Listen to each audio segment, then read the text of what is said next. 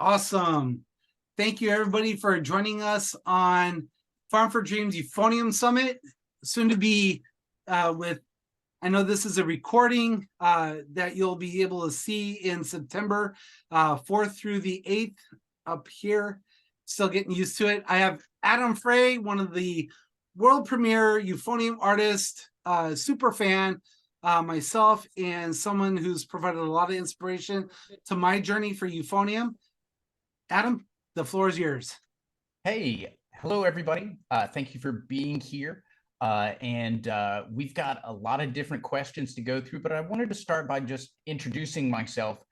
Some of you might know me as through the website euphonium.com. I've been doing a solo career for 25 years now and traveling around the world.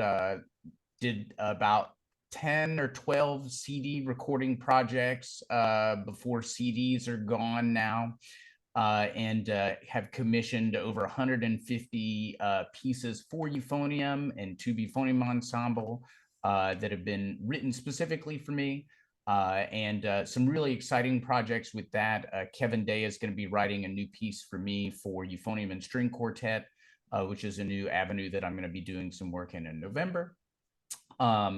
I run a publishing company called euphonium.com Publications and Pinnacle Brass Publications. Have a web store at euphonium.com and tubamusic.com, and then run this summer festival that's just been going on for 20 years now called the International Euphonium Tuba Festival. We started out with 14 players back in 2004, and we had over 150 faculty, staff, and participants this past year, which is awesome. And then I teach at the University of North Georgia. I'm an associate professor of music, which is a great thing. And they provide bachelor's degrees. And then I just started teaching graduate students at Georgia State University in Atlanta. So it's a really busy thing. And then if you look over here, you can see 3 of my children that keep me even busier than euphonium. That are 11, 7, and 3, and a lot of fun. So that's the short version of what I'm doing, traveling around and introducing myself, and I hope that gives you a little bit of insight on things. So what are a few big recitals or concerts that are going to be happening in your studios? Have you had any planned yet? Yeah, so each year we do an Oktoberfest in the fall, and then a Spring Euphoria is what I came up with the name for the spring semester. And we typically have the students play. I will do a recital as part of that, and then our low brass collective will be featured, and we have a guest artist.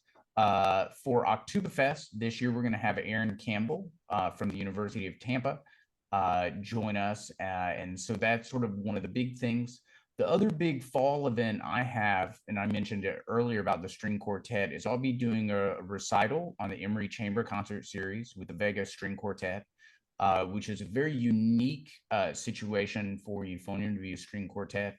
And I have a couple composers, Kevin Day, working on new pieces and some new arrangements and stuff like that. So those are sort of the 2 biggest projects. Also going to be spending a week in Norway and Colombia doing some different festivals at different points in time. So, but it's always busy and there's always a lot of things happening. Yeah. That's really cool. Dive deep, as a lot of y'all have will get to know me and how I interview. I like to dive deep on questions that spark a curious nature out of your string quartet and euphonium. That's really phenomenal. Is it more of a cello take through euphonium, or do you know how that's being kind of the perspective that it's being portrayed? Yeah, so what it's going to be, a couple of the pieces, there's actually 2 different angles. So a couple of the pieces that I'm working with are going to be where it's like a string quintet, where the euphonium is part of the string quartet. It's not a solo feature, it's a chamber piece. And then we're also going to be doing a couple of arrangements that are solo features, but, you know, trying to sort of create this potential new genre. There are some pieces for euphonium and string quartet, but that we've got pieces that are where you're part of the chamber group, but then also as a soloist. So Both. So the soloist part, is that more like a descant or just pure soloist out in front of the other members? Yeah, it's going to be like a featured euphonium with string quartet accompaniment. That's awesome. And a lot of the beginner players, or for those that aren't involved with tuba euphonium ensembles or euphonium trios or the like, this will get the journey is a lot funner when you progress with euphonium a lot further in throughout your high school years, if you continue through college, if that is what your dream job is. And so I'm really excited about this interview, and we just got through the first question. So thank you for being patient. And let's dive in. So what age did you start playing euphonium? So I started on trumpet in 5th grade, which is about age 10 or 11. And then in 7th grade, my band director tricked me. He said, I need somebody to play the baritone horn for one concert.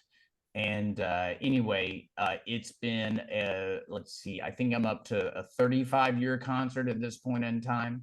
And so, but it was a lot of fun. I enjoyed the sound of it, and I enjoyed having my own part. And it was a great thing. That's really awesome. So did you start reading treble and bass clef at the same time, pretty much? No, that's a funny story. So of course I was trumpet, so I started on treble clef. I showed up at All-State Band my 11th grade year, and we were playing 3 of the 4 pieces only had bass clef. We were doing Aegean Festival Overture, which has a huge euphonium part, Claude T. Smith Festival Variations, and Rolling Thunder. And I literally learned how to read bass clef in 2 days because there were no treble clef parts for those 2 major band pieces. Yeah, it was crazy. It was crazy. How did you process learning that in that short of a time frame?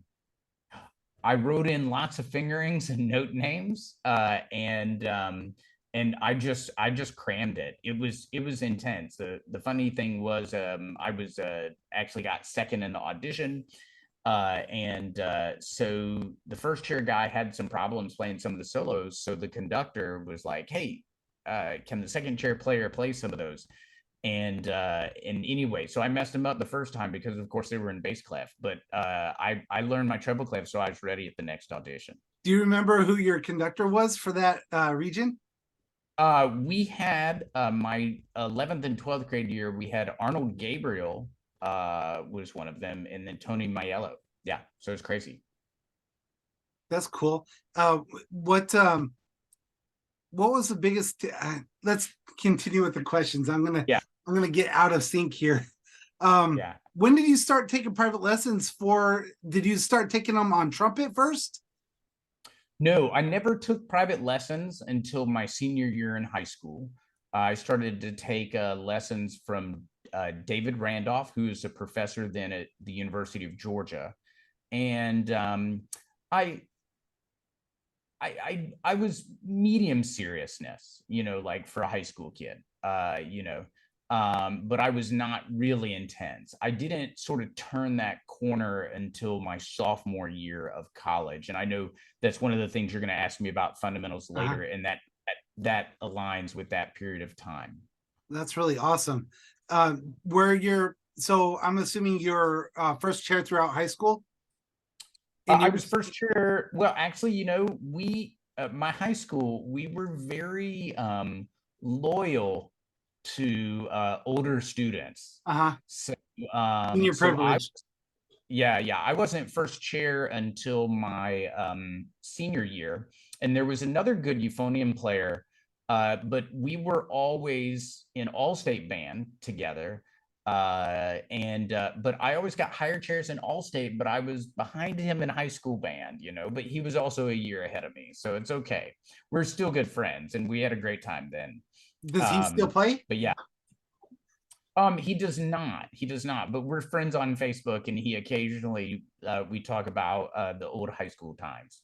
What's did he pursue that in college, or did he step away from that completely after high school? He did engineering, so he stepped away from doing euphonium. Yeah. Well, that's cool.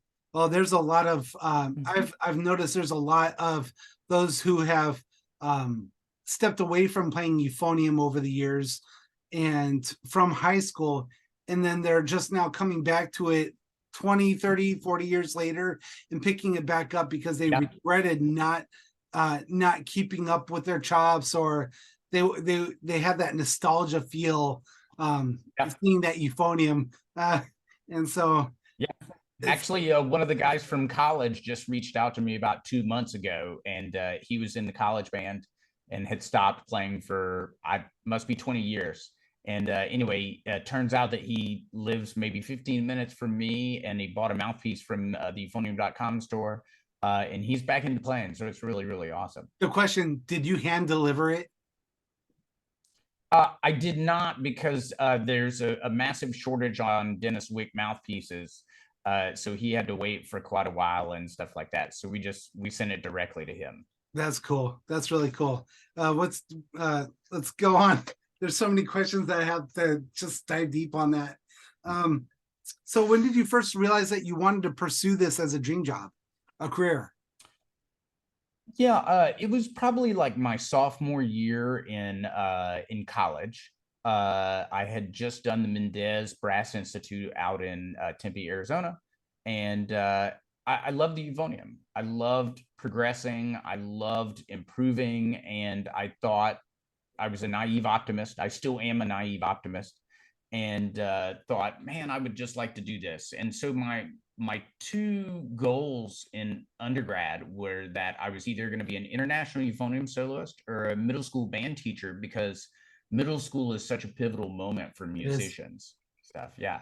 So I was actually both music education and music performance and major. But then when I got near the end, my teacher was like, I think you're going to be good on this euphonium soloist thing.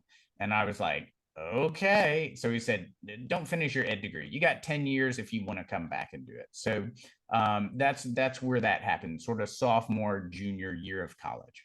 So how did you get into, as far as getting into the university setting for your bachelor's, how did you go about that process? Did you start your junior, your senior year? Did you have a relationship already forming over the for the last couple of years of your high school years? He was the person that I took lessons with my senior year in high school, so I knew the professor there. Yeah. Okay, that's awesome. And did you have to audition since you're already in the studio? Did you have to audition? Yeah. What We was had that to audition look like? So normal college audition. I mean, I played a couple scales, played a prepared piece. I don't think there was sight reading. But and then there's normally anywhere between 2 or 3 faculty members there. It's actually, the audition process is very, very similar nowadays. For those of you that are watching, I think some schools do a video pre-recording, or like where they get so many applicants, they'd like to see, hey, let me hear what you really sound like. And make sure that you don't spend money on a plane ticket to come audition for me if you're not going to be in the realm of students that we're looking for. But I think in general, everything else is pretty similar. You go, you show up, you want to demonstrate what your playing skills are. And my one piece of advice to younger students is make sure to play and select repertoire that you sound good on. You don't have to play the hardest things, just play things that you sound good on. Right, whether it's lyrical or technical, use what you can shine on. Yes. And I think that's really critical, especially when it's the same with the military auditions.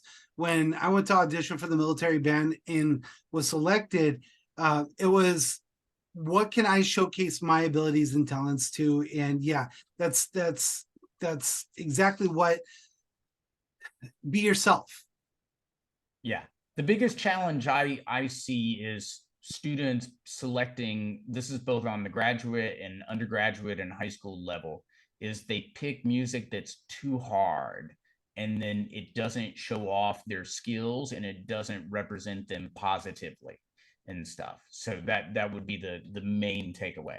And then the gravy is the nerves. Yeah. Don't think that you're going to pick really hard pieces that are not real solid when you're normally practicing, and then you add on the stress of an audition and a little bit of elevated heart rate, slightly short of breath, slightly perspiring and sweating a little bit more, and then it's going to go better, because that's not how it works. It always is a notch down, or not. For most people, it's a notch down. It's a diminishing factor for sure. Mm-hmm. So what's when did scales, arpeggios, long tones, the foundations of basic warm-ups enter your routine? Yeah, so basically I have two concepts that we talk about. It's one of my big things in teaching and in the Game of Practice book that I wrote a couple years ago. It's about fundamental driven practice and repertoire driven practice, and they're exactly what they sound like. Repertoire is basically, hey, I'm going to practice my band music and solos all the time. And then fundamental driven practice is where you work on your fundamentals. So up until my sophomore year in college, I was a repertoire driven person. All I did was practice my solos and my pieces. And then I had a bad competition experience that was really a lot about not having good fundamentals. And when I started my sophomore year, I fully committed to doing all the basics and fundamentals, 2 hours a day. Just like what my teacher told me, you need to work on breathing, buzzing, long tones, lip slurs, scales, all those things that were like, the vegetables of practice. And when I did that, sight reading also, when I turned that corner after the first semester of my sophomore year, it was a dramatic uptrend in how quickly I could learn pieces and everything like that, because I had the basic skills to play a lot of the repertoire. So to dive in on that particular aspect, there's two aspects that Adam was saying, that you were saying, was foundations and repertoire. Now, do you recommend them dedicating a specific segment time per element each day, or? Oh yeah. So I'm very organized with practice and recommendations. The tricky thing, every player is a little bit different, but know that, in general, if you're trying to build your fundamentals, I mean, at least half of your practice time needs to be focused on fundamentals, at least. Know that if you have the fundamental skills to do something, then when you need to learn repertoire, it's easy. But if you don't have the fundamental skills, it's going to be a problem. It sounds a little bit silly, but if you can play high, play low, play fast, play slow, loud, soft, and all the fingers, like the dexterity with your scales, then learning a new piece isn't that hard. But if you're trying to learn a piece and you're trying to learn how to play high G, if you're also trying to learn how to double tongue, if you're also trying to learn how to play the technique in the G major scale, well, that's a lot of tough stuff. But if in your fundamentals, you work on the G major scale and you know how to play these different notes and things like that, then when you have to put it in context with a piece of music, it's easy, So relatively speaking. So a lot of who I'm imagining or will want to really grab hold of this for the families and the new students, repertoire pieces of music like solos, like concert marches, like the Star Spangled Banner, or because I see a lot, like my family was one of them. I was the first euphonium player in my family, and my mom played a musical instrument, but not to the extent that I have. And these families are seeing band for the first time in most cases, and not to be discouraged that this is going to take a little bit of time and a little bit of effort, but that support is critical, I think, Yeah. in that. Yeah, absolutely. Absolutely. Cool. So we talked a little bit about your routine when you go to practice. Do you have a pre-routine warm-up that you kind of walk through or get your mental focus done, or some yoga, coffee, breathing, Yeah. all the above? Yeah, all of the above. Yeah, I mainly for me, I know a lot of different people that they do the stretching, they do some meditation and yoga and mindset.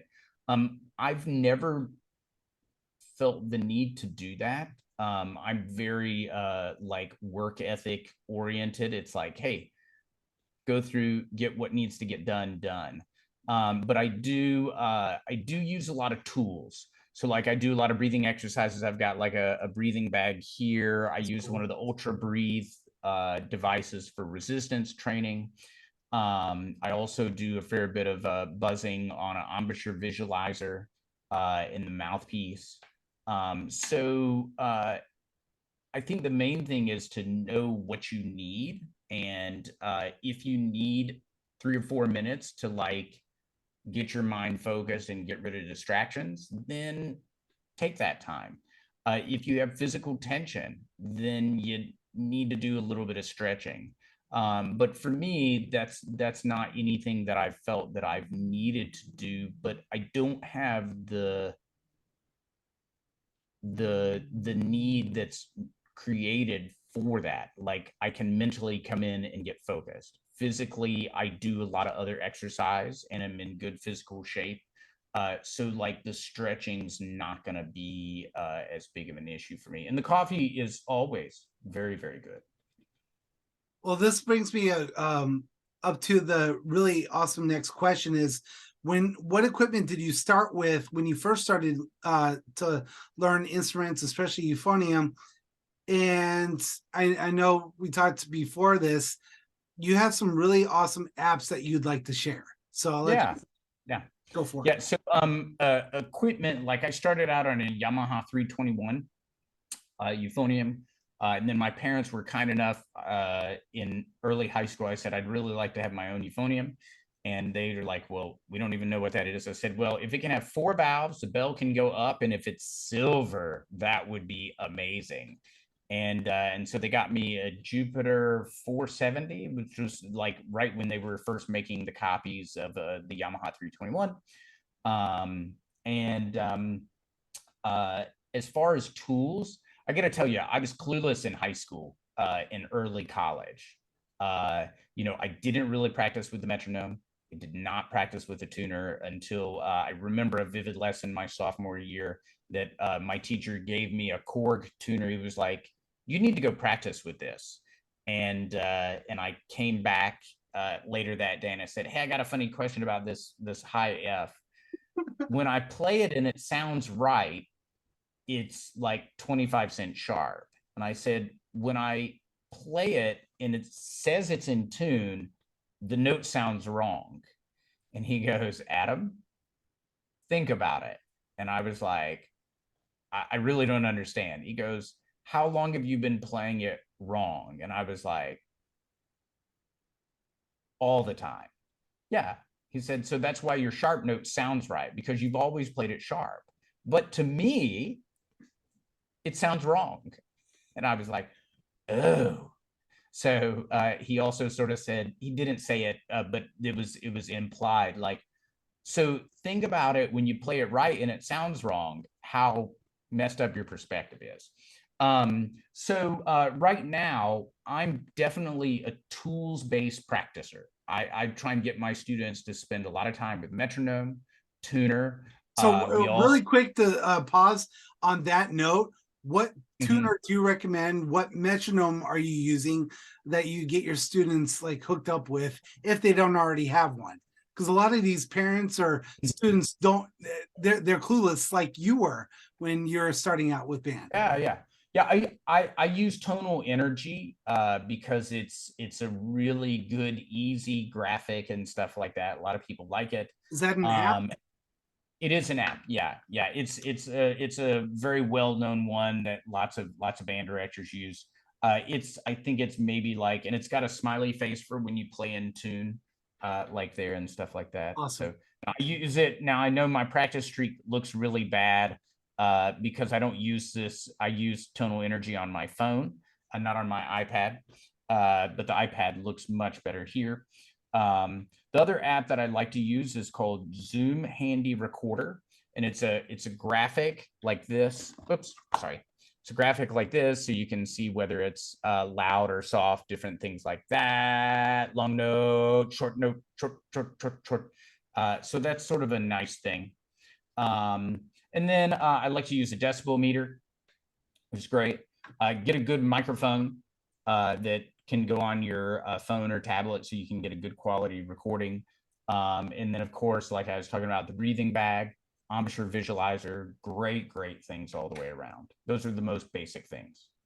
Those would be ideal in anyone's handy tool bag there. Yeah. What for the mouthpiece ring? Do you sell all those pieces of equipment? We sell the embouchure visualizers and stuff. The decibel meters you can pick up on Amazon for like $19, and the rebreather bags you can find those really cheap in other places. Kind of looks like a whoopee cushion. It does, yeah. But we tend to with the web store, we tend to try and focus on the things that you don't get other places, and hope that Tuba Euphonium community values that we sell. I think we sell like over 1,000 different things now and stuff like that. It's pretty crazy. Yeah. So. And most and all those works that you have commissioned are on there as well. Oh yeah, sheet music is what we tend to do because a lot of stores don't carry it, and they don't want to carry it because it's not in their financial interest. The whole web store started maybe like 20 years ago because people used to send me emails asking, hey, where can I buy the Ito Fantasy Variations? Because it was still in manuscript form. I remember that. Yeah. And Fantasy Original and the Marcello Sonata arrangement that you did. So pantomime, like you couldn't get this stuff. Now, there's a couple of places where you can buy sheet music specifically for euphonium and tuba. But for the most part, the one thing I'll say about tubamusic.com and euphonium.com is that we're invested in our community. We're not Amazon or Sheet Music Plus and stuff like that. So, but anyway, sorry for the tangent. Oh no, that's I led that. I let it. I'll own it. So who did you learn from? I mean, okay, so you had your first private lessons with your eventual college professor. Did you have any other inspirations for euphonium or for how to, or inspirations? Yeah, so I studied with David Randolph at University of Georgia, and at that point in time, this is 25 years ago, that basically you could listen to recordings, CDs, and so I had a number of recordings from Bob and Nick Childs, and then Stephen Mead and Brian Bowman. That's really all that truly existed. The other thing that you could get a hold of if you were really good and knew who to contact, there were some recordings of Dave Worden from the Coast Guard band that he was actually producing of live concerts, and he would send out to people and stuff. But that's really all you could find at that point in time. So I would listen to those recordings on a regular basis, like every day, multiple hours, to listen for sound, technique, repertoire, articulation, just all those great things. Yeah. I'm curious, what piece really connected with you out of all that you heard? It's kind of a side question here. What piece really inspired you during your high school years as you listened that you like wanted to go out and get it or have your parents go get it? I don't know. I mean, everything was so new and great euphonium playing. I'd never really heard great euphonium playing until I heard a lot of these recordings. So I mean, there would be so many different things, like there was a lot of repertoire on Steve Mead's World of Euphonium 1 and on his recording of Rondo. Child's Brothers, was it the Child's Play? Yeah. Was a great euphonium music that they had played. The Brian Bowen euphonium music was on. And then, of course, all the great pieces on the Sacred Euphonium by Brian Bowman. Yep. Just from a sound tone standpoint. Yeah. So, Absolutely. I mean, there's a lot of them. Now, your professor, David Randolph, did he impart any principles besides perspective on playing 25-cent sharp? Yeah, he was a lot about quality and a great motivator and a great mentor, and really accommodating to let me sort of run a little bit wild, but steer me in a great direction. He sort of let me become who I would become without being too heavy-handed or too like, you got to do A, B, C, D. He sort of was a great guide for my development. Yeah, it's a little different because I think a lot of times a lot of teachers have a very specific regimen that they're going to take students through, and that's not what I was taken through. I mean, we played through the etude books and stuff like that, but it didn't feel like I was being micromanaged. That's really awesome.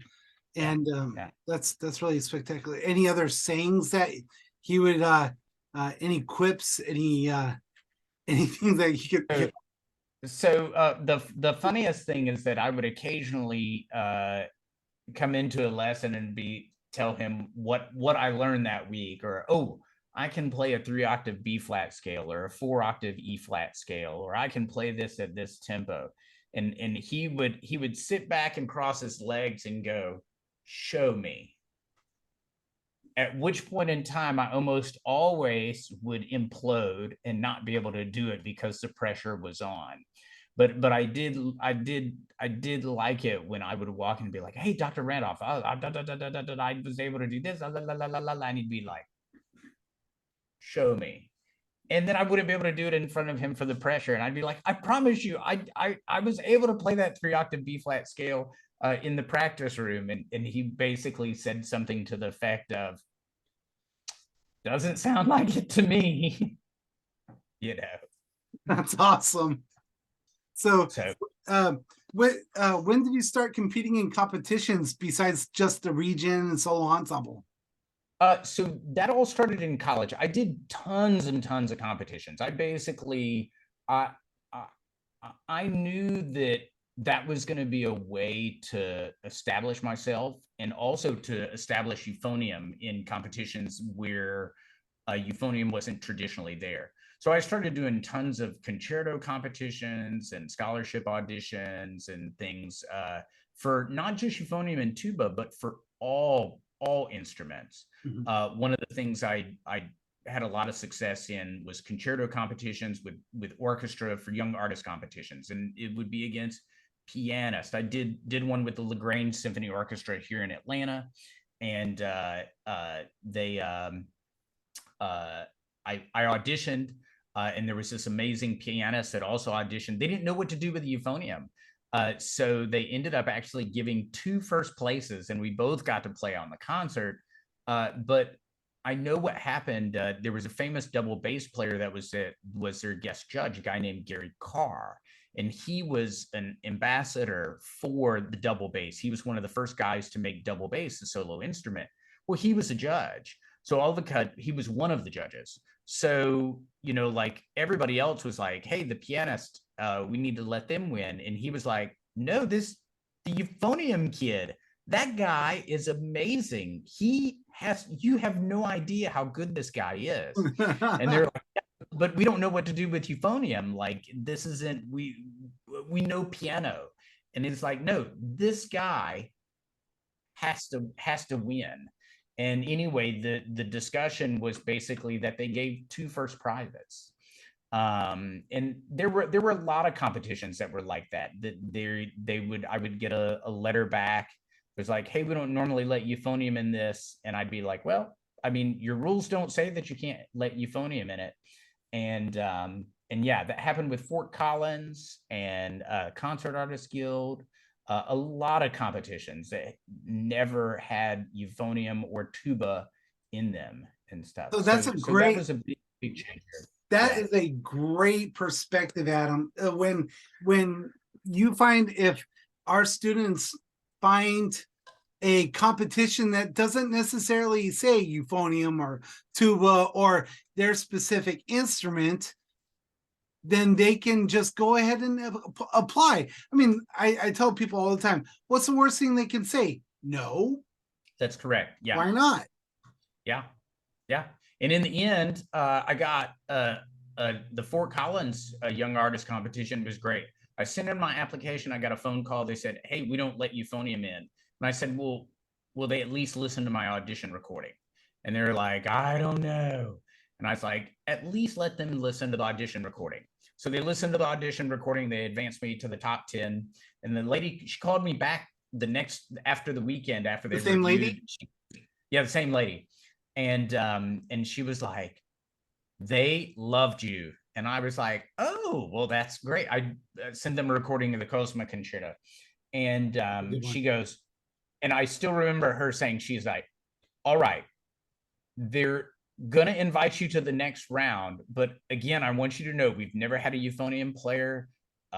This is, like, so I show up there and I get advanced to the 3 finalists. And the 3 finalists were a violinist from Juilliard, a viola player from Curtis, and wow, the euphonium kid. Yeah. And I got first. So that's amazing. Great. So it doesn't really matter what schools. Okay, so the beginner parents who don't have a musical background may have heard of Juilliard, but I'm almost certain that over 50% have not heard of Curtis Institute of Music. That's another like world-class institution. Oh yeah. So even more elite or more competitive to get a space than Juilliard. What about because Remington? It's a smaller school. Yeah. So that's awesome. Alrighty.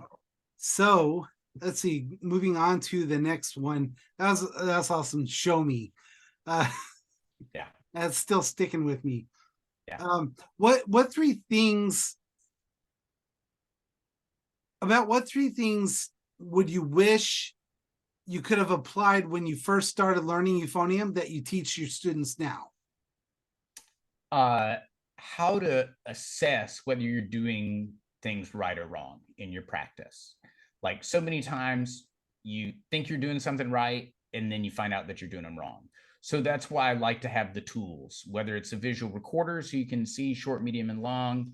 If this expands out, you know that you're playing. The little blue thing right there, that's an incentive spirometer that you buzz on, and when the air's good, the ball goes to the top. When the air's bad, the air's at the bottom. So any way that you can see whether you're doing things right or wrong, I think is the big thing. And that's what the whole concept of the Game of Practice book and the Art of Practice book is about, is that, like, you want to know how to win the game, is you got to know how to play the game. And if you don't know how to play the game, then it's almost impossible to win. And so that's what a lot of the concepts of this book is about, is, hey, do you know what you're actually trying to do, and can you make sure that you're doing it? It's not like in the video game reference, it's not like you have a score at the end of a practice session, but what if you did know how to make sure you were winning or that you were being successful? So that's the big thing. And that's all 3 things all combined into one. Mm-hmm. Well, that's really awesome. as you were talking about that, the buzz barometer is really cool. That blue thing. Yeah. I need to actually put one into my studio, especially for my two brass instrumentalists. And so I'm looking forward to adding that. A lot of these. You can find them at euphonium.com. Oh, really? I can. Yeah. I will. I Yeah. will. I will. Yeah. Guarantee that, Adam. So with that said, I wanted to reiterate why Farm for Dreams, especially this Euphonium Summit, is so important to myself, the future generations of euphonium players, performers, students, those who've had the hobby, teachers, whoever, is to inspire y'all to really situate yourself with the mindset of, okay, you're eventually going to graduate high school. You may not have a job, but you have a talent that you worked on for 6, 7, 8, maybe more years that you can monetize, that you can actually go and put that to work if you just like focus. And this is one of my inner drives on this summit, and it's just really exciting to hear all this content that you're providing and all our guest collaborators on the summit. I'm just super thrilled that we get to. So going back to the competitions, as I'm reading that question again, the Leonard Falcone, when did that come into play for you? So I and can you give a little background on the Leonard Falcone for a lot of those who have never heard of it? Yeah. So I've heard them pronounce it Falcone, the Falcone competition. So that's gone on for, I think it started in the 1980s. And it's at Blue Lake Fine Arts camp in Michigan. And it's just basically a tribute to high-level euphonium playing. And if you look at the list of names of people that have been winners and finalists, it's super impressive list. And it's just I think it's one of the few annual competitions. You know, a lot of big competitions happen every 2 or 3 years. The Falcone competition happens every year in August. By the time you guys watch this, it'll be done, but it's going to be happening in a week or so, I think. Yeah. And yeah, it's a big deal. And there's 3 rounds, so you submit a recording, and then they take 10 semifinalists, and then you're in residence for 4 days up at Blue Lake Fine Arts Camp. You play a live semifinal round, then they advance 3 to the finals, and then they give away a bunch of money. And I did it in 1997. That's how old I am, a long time ago. And won it. We did the Horvitz Euphonium Concerto with the wind band was the finals piece, as a matter of fact. Yeah. That's amazing. That's really amazing. Yeah. So what are some of the elements that you've experienced throughout your career in playing that have dramatically increased your abilities while you actually play the horn? So like when you're driving, do you practice elements of euphonium while driving or anywhere else not on your horn? Not too much. I will do every now and then a little bit, like when I drive to school, I might buzz on the rim.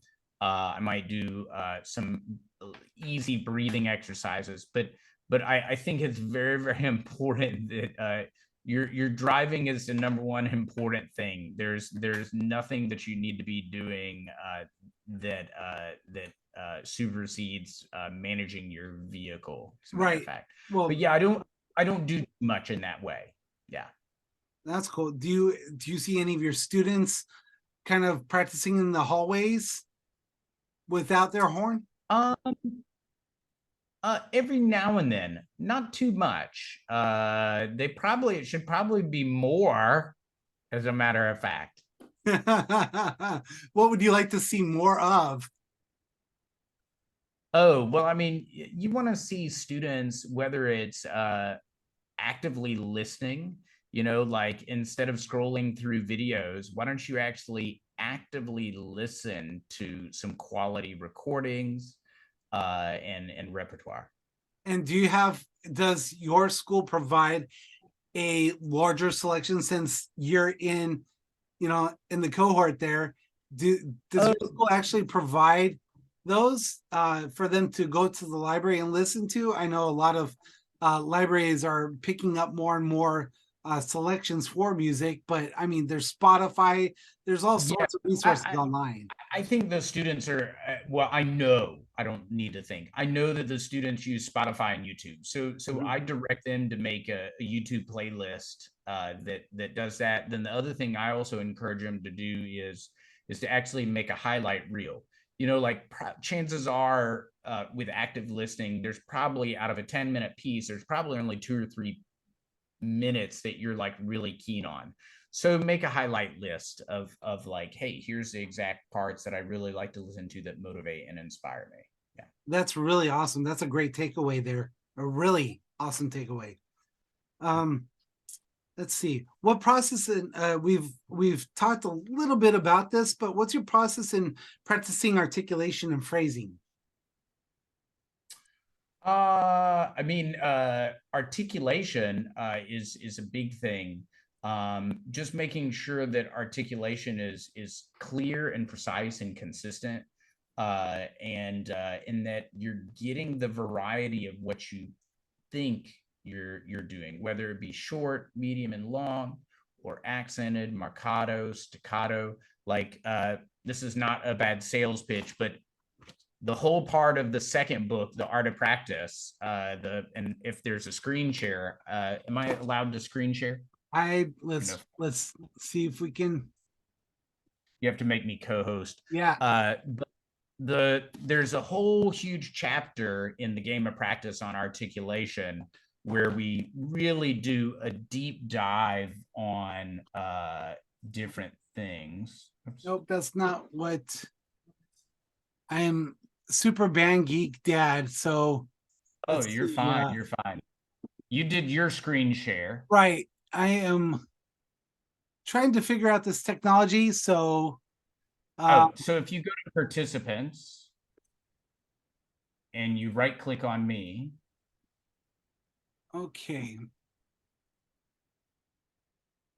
Show video spotlight for everyone, make host. There you go. There you go. Okay, cool. So like this is the table of contents on the Game of Practice. And this isn't, I'm not trying to do a sales thing on you. It's more of a thinking thing. So like in this chapter 4 of articulation, it talks about, hey, here's all my different problems, 7 most common problems with articulation. And then it talks about specific exercises to help all of these 7 problems. In the Art of Practice, we had a whole bunch of people that talked about, say, hey, I really want to have better variety of articulation. So in these particular ones, it talks about, hey, how do I get difference between short notes? People tell me my short notes aren't really short. So how do I make sure that that's, number 4, the difference between short, medium, and long notes or accents and stuff. So that's what's going on in the second book. But a lot of my concepts are all about making sure that what you think you're doing, you're really doing. How many times have you heard teachers say, hey, your loud's not loud, your short's not short, your articulation's not clear, and you think behind the mouthpiece that it is. So that's a big thing about both the Game of Practice and the Art of Practice, and then the future books in the series, that they're about making sure that what you think you're doing, you're really doing. So is that a spoiler alert? Oh yeah. There's always, I always have like, I always have a long to-do list of future projects and stuff. I've actually got, I think there's at least 2 more volumes of books that are going to come out. Oh, that's awesome. I can't wait to. I'm gonna be a bad advertiser. Make sure to motivate me to write them by checking out either the PDF downloads or buying the copies of the early books. so that motivates me to get ready to write the next one and stuff like that. So it's Huh. much easier. I hate to be Johnny on the spot here. I kind of figured that this is going to show up. Would you be open to letting those who have gotten that VIP access, that extra bonus element, would you be willing to let them download your first book, perhaps? I need to look at it and stuff, but I would certainly work out a discount for them and stuff like that. Yeah. Okay, let's see what we can do on the flip side on that. Yeah. It's going to be really interesting to see what we can all come up with, because man, it's some really awesome value. Okay, so absolutely. I'm looking forward to all that. So when did you first tell your family that you wanted to pursue this as a dream career? Like, how did they respond? And it was in college age as well and stuff like that, and my parents didn't quite understand it, so they weren't 100% like, they were always supportive, but they were sort of like, I don't know what this music job is. And but they're very supportive of it all through college and now and stuff like that, and they're some of my biggest fans, so it's been a very good thing. Well, I know from my personal college experience, one of your family members in Arizona was a really big fan, so much so she gave me one of your CDs. That's right. Yeah. And that was back in the late 90s, early 2000s. Listen to this. Yeah. That's right. That was the first CD recorded in October 1999. Yeah, 99. And I got it in the spring of 2000, I believe, is when I was a server serving your aunt at the country club. That's so funny. Yeah. There's a small world. Students today won't understand, but it was a big deal. Maybe they will. Maybe they will later on in life, that these small coincidences seem to come full circle. So what are 3 tips you learned when becoming a performing artist? So number 1, be very professional, communicate in a timely fashion, and understand that you have to bring your A game. Even if you don't feel good, bring your A game. Even if you've got stress outside of music, bring your A game. Even if your flight's late, bring your A game. And that's what it is. I realize, that's what I should have called the books. Bring your A game, for reference to Adam. There you go. There's book 3, right? Yeah. That's awesome. How did you go about applying to become a performing artist for your brand? Oh, for Yamaha and Ultimate Brass, those are the mouthpieces. I mean, it's sort of like a process where you send them like your resume, and a lot of times it's a like a recommendation, from an existing Yamaha artist, or Besson artist, or Adams artist. Like, we're always looking for somebody who's doing great work. And if you're doing great work, then chances are they'd be enthused. I will say, nowadays, I do see what I feel like is an over proliferation of artists, whether it's of different or endorsers. Basically, the companies want as many people to say as many things positive about them. So every now and then there's some maybe people that have less established careers that are, oh, I'm a performing artist for so and so, and different things. But I think that the companies see value in whether it's somebody younger, or somebody with social media, or somebody that teaches a lot of students. Like, there's a reason that they do it, but I don't know if it's a little bit it's not as exclusive as it used to be, you know. So, but there's also the good point that there's a lot more people doing great work. So, Indeed. And bringing more light to the euphonium. That's always a good yeah, absolutely. Absolutely. So going on to the next question, how we already covered sight reading just a little bit with scales, fundamentals, and stuff like that. How do you currently implement sight reading into some of your practice routines or even within your studio? Do you bring in sight reading elements? Oh, yeah. Okay. You see all those books there, and those cabinets have got books, and then I've got a 3-drawer file cabinet in here. So just pick up books and do stuff. There's actually a number of quite good etude books that I recommend. Of like Voxman has got very economically high volume printed books, duets, selected studies, like $8-9 for a book with 60 etudes in them. So like there's tons of things. And then I used to also read lots of clarinet and cello things and bassoon books and trumpet books and stuff like that. So there's tons of things, but sight reading is super duper important right after fundamentals. Wow, I never considered diving into clarinet. I have tons of bassoon, cello, a lot like trombone, French horn, trumpet books and stuff like that. But never. Well, I will say, since one of my kids plays clarinet now, I'm having more and more of those proliferate around the house. So that's Yeah. a really. I'll have to They're good. take that up. Yeah, that's really interesting.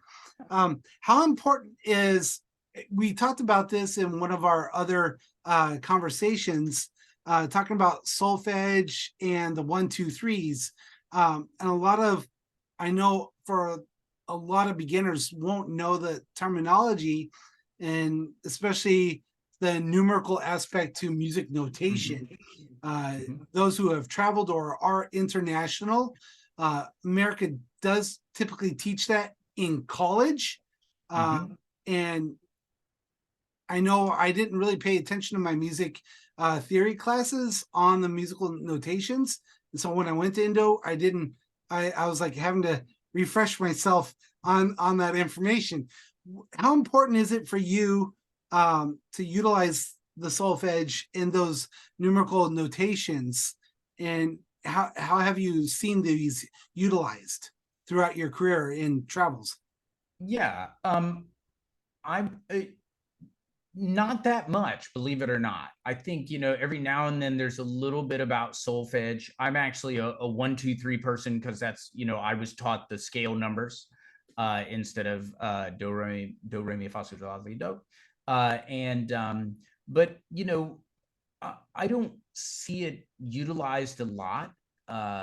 You know, I think a lot of times, a lot of the teaching that I've seen at different festivals is it's a lot more fundamental, brass based versus looking at the theory perspective on things. Well, that's a good perspective, because not a lot of people have been put into that situation, like a lot of the artists that are international. So you're talking about utilizing resistance training, breathing and buzzing, with the ultra breathe, the diaphragm bladder, yep, and the buzz spirometer in the background there. What other are there any other things that you utilize as far as resistance?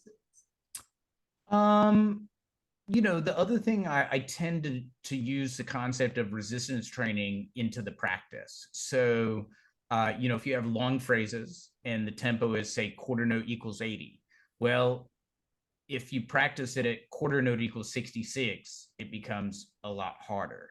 If you practice it louder and make sure that you basically have to keep it above 100 decibels the whole time, then that's going to be sort of like a similar type of resistance training. With fast tempos, you know, going beyond, if your goal tempo is 144, then practicing it to 152, 160. There was actually a funny situation in brass band when I was in grad school. I was doing pantomime with a point of air brass band at Wales. And in rehearsal on the Tuesday night, I asked the conductor if we could do the end faster. And he was a little bit of a sneaky guy. And he said, yeah, we can go faster. And I said, well, are we going to practice it now? And he goes, no, we'll be fine. I'll go faster on the concert. Trust me. And I was like, oh, this is bad.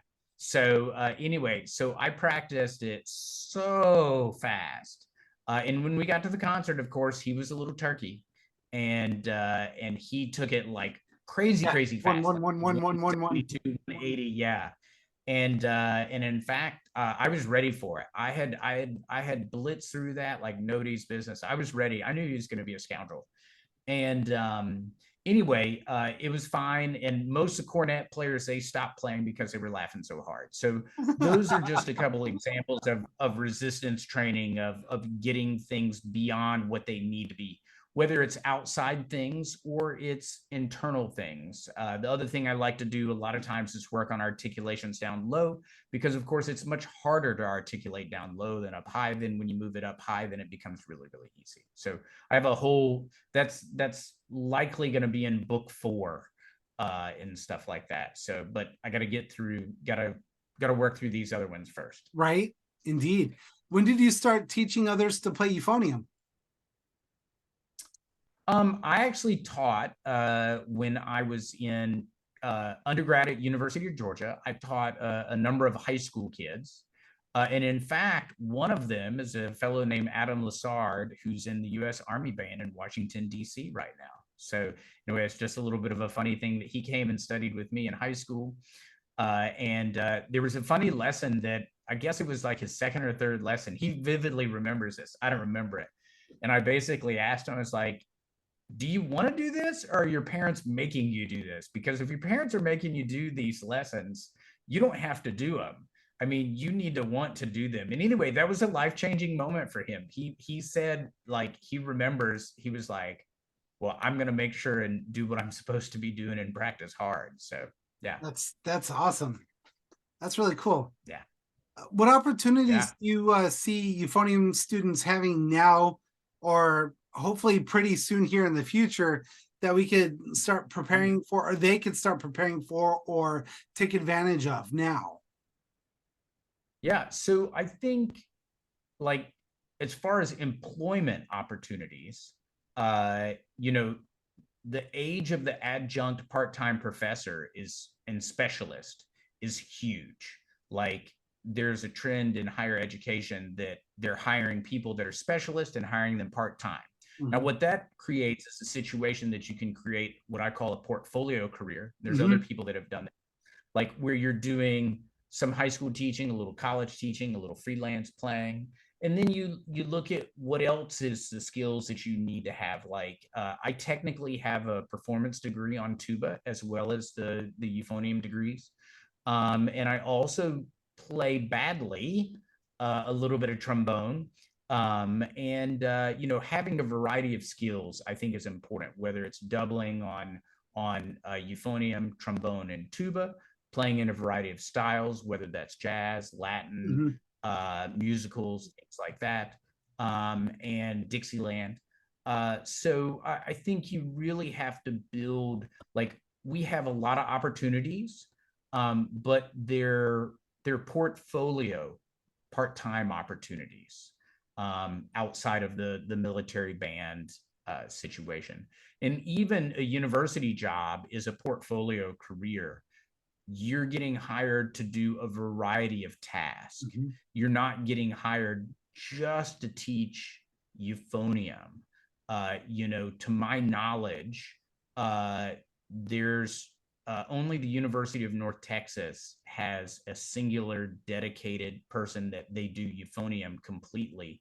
Although David also conducts the brass band, so that's the ancillary duties of what's happening.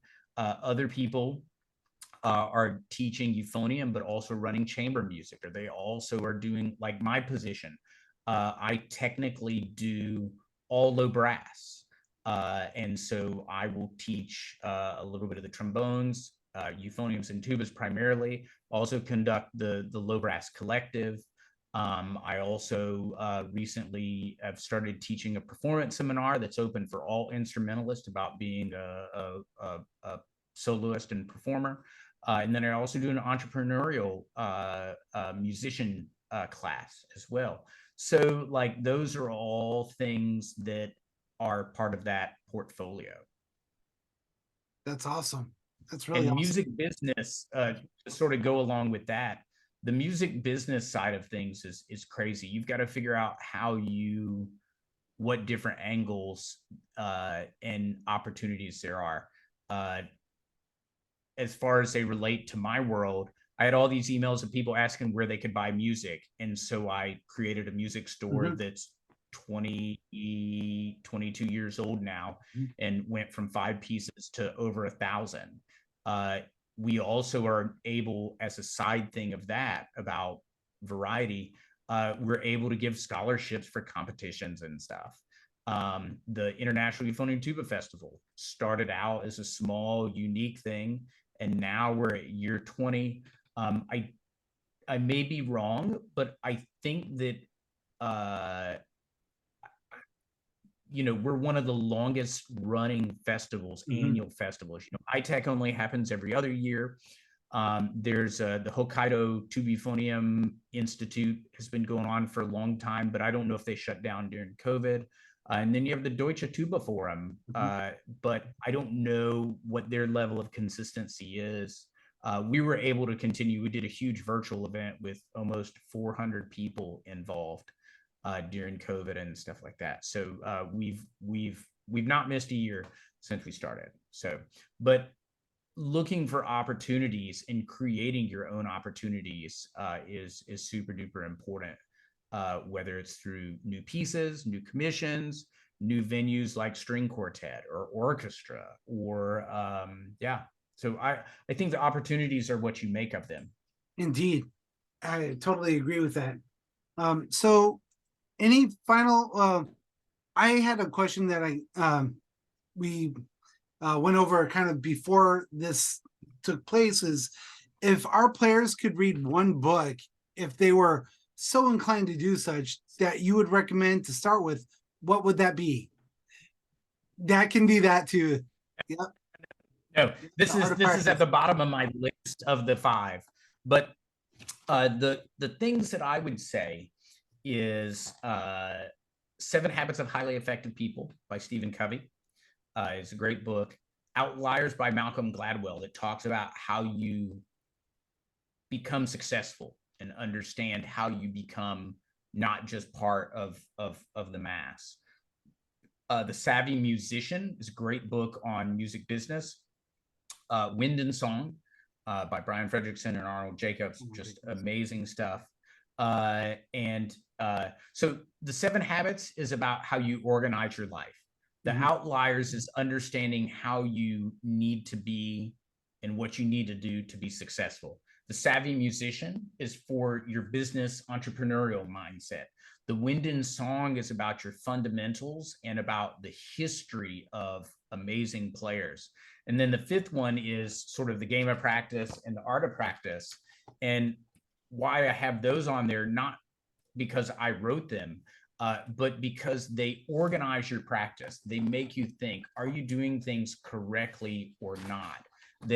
One of the big other things that we have in here, and I'll just screen share this real quick so you can see it, is that you have to organize a strength and weakness form and find your 4 biggest strengths, your 4 biggest weaknesses, and then a 3 weight list. But like most of the time, we're searching in the dark in our practice. We aren't real efficient in what we're doing. So that's one of the reasons why I got frustrated harassing my students about their practice habits. So I wrote a book and read this. It'll save you a lot of time in lessons. But those would be 5 books that I think are super important for all the different reasons that I mentioned. Right. That's really awesome. Any other principles that you want to impart on our listeners, those who have stuck with us this far into our interview here? Thank you so much for hanging in there. Any last thoughts? Yeah, let's see. Buy stock in Shopify and Amazon, and then the thing I would say musically is understand how much work and effort it takes, and that if you want to be one of the best, you have to work like you have to do the hardest work, and that your time commitment and your intelligence commitment and your efficiency commitment is at the highest levels. And if you think that you're going to sort of be a little bit, I'm going to turn the knife just a little bit. If you think you're going to achieve a really high level of success by just playing through the music and upping the metronome 4 clicks each time, there's hundreds, if not thousands, of people doing the same thing. Going and getting inspiration at things like the Euphonium Summit, at summer festivals, at conferences, and reading and reflecting and gaining intelligence. That's where you're going to have the most success. And that's what you really, really got to do. Well, that's really exceptional. Thank you so much for your time and your contributions to our Euphonium Summit. The first one of very many I hope to see, and especially to have you be included on. And if you could stand fast, I'm going to go ahead and cut the recording. That won't be actually part of it.